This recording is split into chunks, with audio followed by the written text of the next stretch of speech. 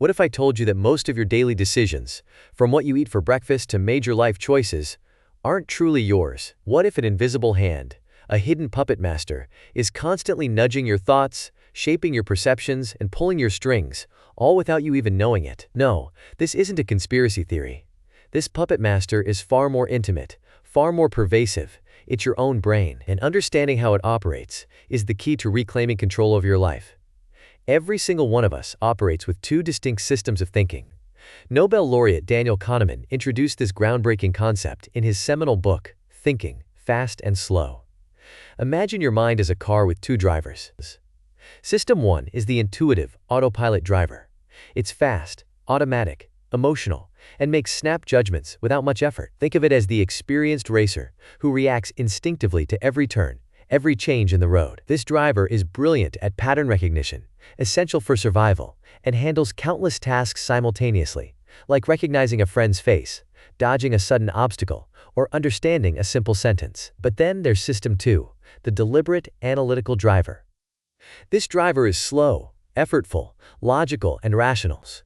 It's the meticulous navigation expert, carefully planning routes, calculating distances, and double-checking maps. System 2 kicks in when you're solving a complex math problem, learning a new skill, or trying to understand an intricate argument. It's the voice of reason, the one capable of deep focus and critical thought. The problem?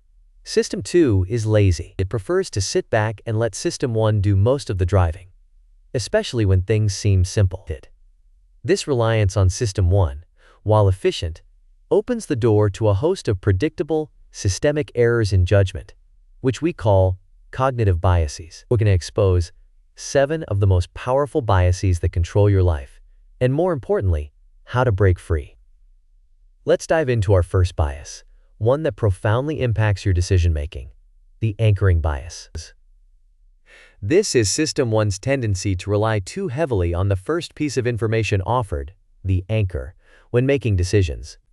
Imagine you're at a marketplace, and a vendor shouts, "This ancient artifact, usually $1,000, is yours today for just $300. Your brain, specifically System 1, immediately latches on to that initial, high anchor of $1,000. Suddenly, $300 feels like an incredible bargain, even if the artifact is only worth $50. The initial number, no matter how arbitrary, sets an emotional precedent. This isn't just about prices. In negotiations, salary discussions, or even everyday conversations, the first number or piece of information put on the table disproportionately influences the final outcome. If you're negotiating a salary and your potential employer offers $50,000, that becomes your anchor. Even if you intended to ask for $70,000, your subsequent counteroffers will likely hover much closer to that initial $50,000 rather than your original, unbiased target. System 1's quick assessment of good deal or bad deal is heavily swayed by the initial anchor. To combat this, you need System 2 to consciously question the origin and relevance of any anchor, and to always have your own independent evaluation ready. Next, we have the availability heuristic. This bias causes System 1 to overestimate the likelihood of events that are more easily recalled or imagined. If something comes to mind quickly, System 1 assumes it must be common or important. Think about flying versus driving. After a major plane crash, even if you've never flown before, the vivid images and constant news coverage make air travel feel incredibly dangerous. Yet, statistically, driving is vastly more perilous. System 1 prioritizes the dramatic, easily accessible memory over cold, hard data. This bias heavily influences our perception of risk, whether it's investing, health choices, or even dating.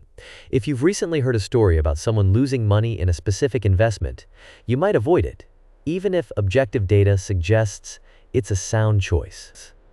Similarly, the dramatic stories of success we see in the media can make us overestimate our chances of becoming an overnight millionaire, ignoring the thousands of failures that don't get airtime. To counter the availability heuristic, System 2 must deliberately seek out broad, objective data, not just the vivid anecdotes that pop into your head. Question what else is true, beyond what's immediately available.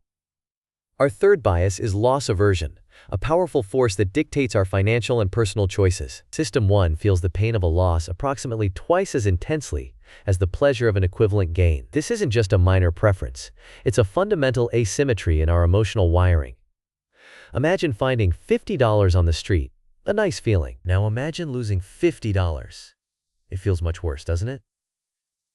This disproportionate pain leads to irrational behaviors, especially in wealth management. Consider an investor who holds onto a declining stock far longer than they should. System 1's fear of realizing that loss, of making it tangible, is so strong that they'd rather hope for a miraculous recovery, even as the evidence mounts against it. Conversely, they might sell a winning stock too early, eager to lock in a small gain and avoid the possibility of it falling back down.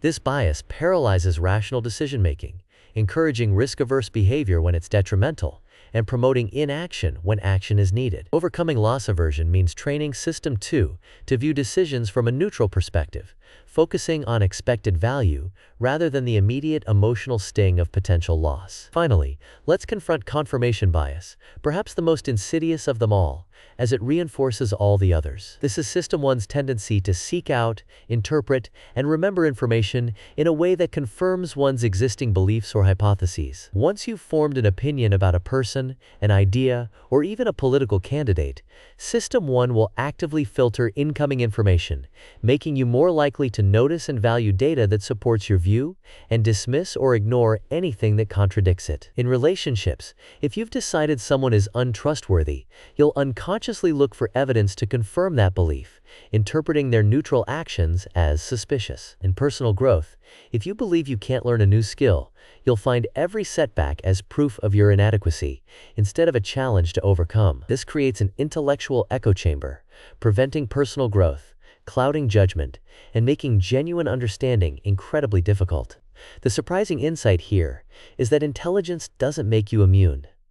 Often, highly intelligent people are even better at rationalizing their pre-existing biases. To break free from confirmation bias, System 2 must actively seek out disconfirming evidence, engage with opposing viewpoints, and cultivate a genuine curiosity for being wrong. It's a fundamental component of critical thinking. These aren't just abstract psychological concepts. These biases are the invisible threads woven into the fabric of your daily life, subtly guiding your choices in decision-making, wealth, and relationships. They are the mental prison bars we unknowingly build around ourselves.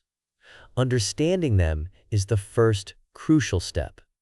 But awareness alone isn't enough. The counterintuitive truth is that even knowing about these biases doesn't automatically make you immune. It requires constant, vigilant effort from your System 2 to pause, to question, to seek alternative perspectives, to challenge your first instincts. It's an ongoing battle against the default settings of your own mind. By consciously engaging your System 2, by becoming a mind frame master in your own thoughts, you can start to disentangle yourself from these invisible controls. You can make more rational financial decisions, build more robust relationships, and navigate life's complexities with greater clarity and control. If you found this exploration into your mind's hidden puppet masters valuable, make sure to hit that like button. Subscribe to Mindframe for more insights into mental models that empower you to think better and live smarter. And to continue your journey of mastering your mind, check out our next video on First Principles Thinking, a powerful technique that helps you cut through assumptions and build knowledge from the ground up, precisely what you need to override those sneaky System 1 biases. Your mind is your greatest asset.